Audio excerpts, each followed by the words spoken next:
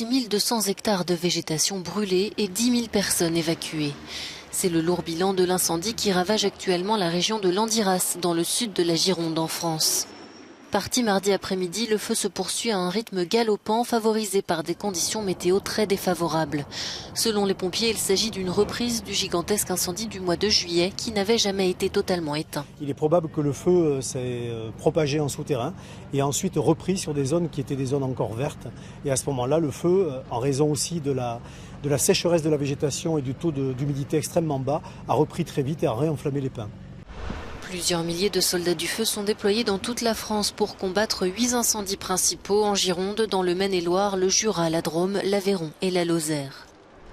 La sécheresse historique et les températures records se ressentent sur presque tout le vieux continent, impactant notamment les cours d'eau. En Allemagne, les autorités ont prévenu que le niveau des eaux du Rhin pourrait atteindre un seuil critique dans les jours à venir. Cela rendra de plus en plus difficile le transport de marchandises sur le fleuve, notamment le charbon et l'essence, ce qui risque d'accentuer encore plus la crise énergétique dans l'Union européenne.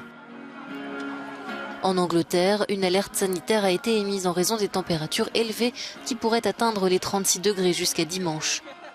Là aussi, les cours d'eau sont à sec. L'Infant River Thames, où le fleuve de la Tamise prend sa source, s'est ainsi complètement asséché sur plus de 8 km. Une situation inédite et qui ne devrait pas s'arranger de sitôt.